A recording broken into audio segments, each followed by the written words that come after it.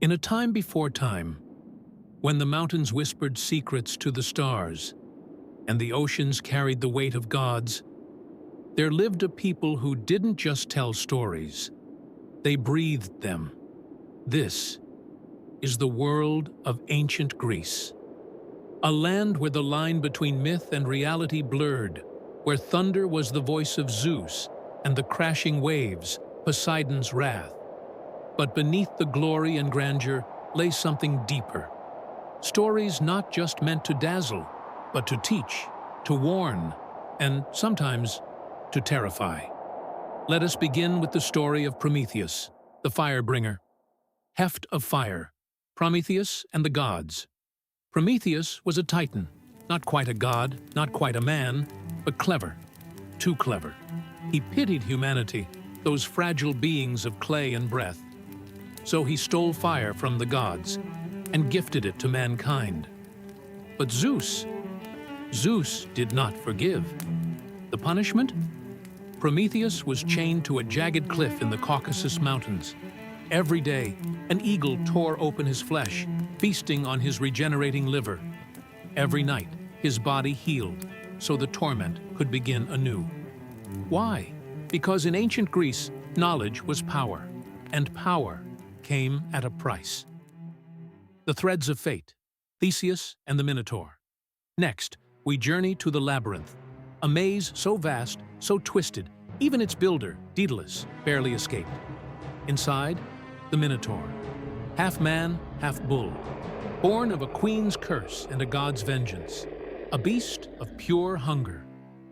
To atone for past crimes, Athens sent 7 young men and women as tribute each year, to be devoured. But Theseus, Prince of Athens, volunteered himself, with a sword in hand and a thread in his pocket, given by the clever Ariadne. He ventured deep, step by step, heart pounding. In the darkness, he found the Minotaur, and with a cry that echoed through eternity, he slayed the beast. But victory was bittersweet. Ariadne was left behind.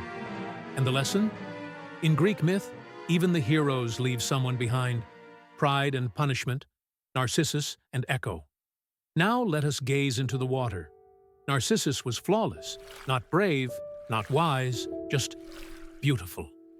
So beautiful, in fact, that he could love no one else. Echo, cursed by Hera to repeat only the last words spoken to her, fell hopelessly for him.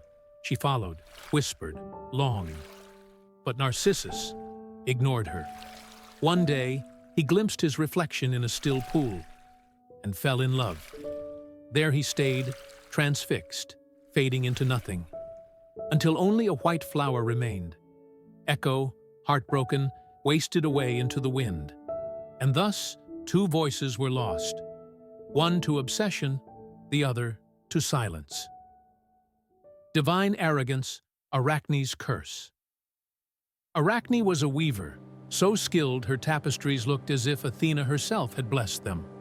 But when Arachne claimed she was better than the goddess, Athena came to challenge her. Both wove, side by side. Athena spun scenes of glory and godhood.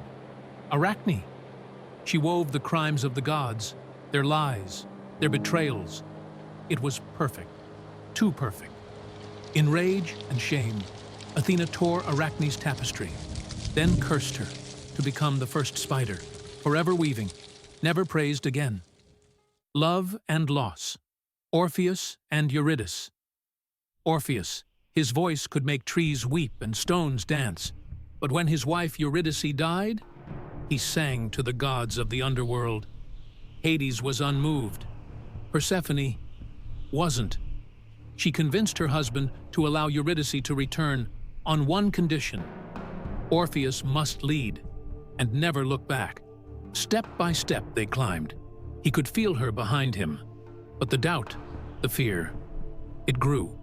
Just as they neared the exit, he turned. And in an instant, she was gone. The myth doesn't end with triumph. It ends with silence. That's Greek mythology. Glory, yes, but more often, grief. The modern echo.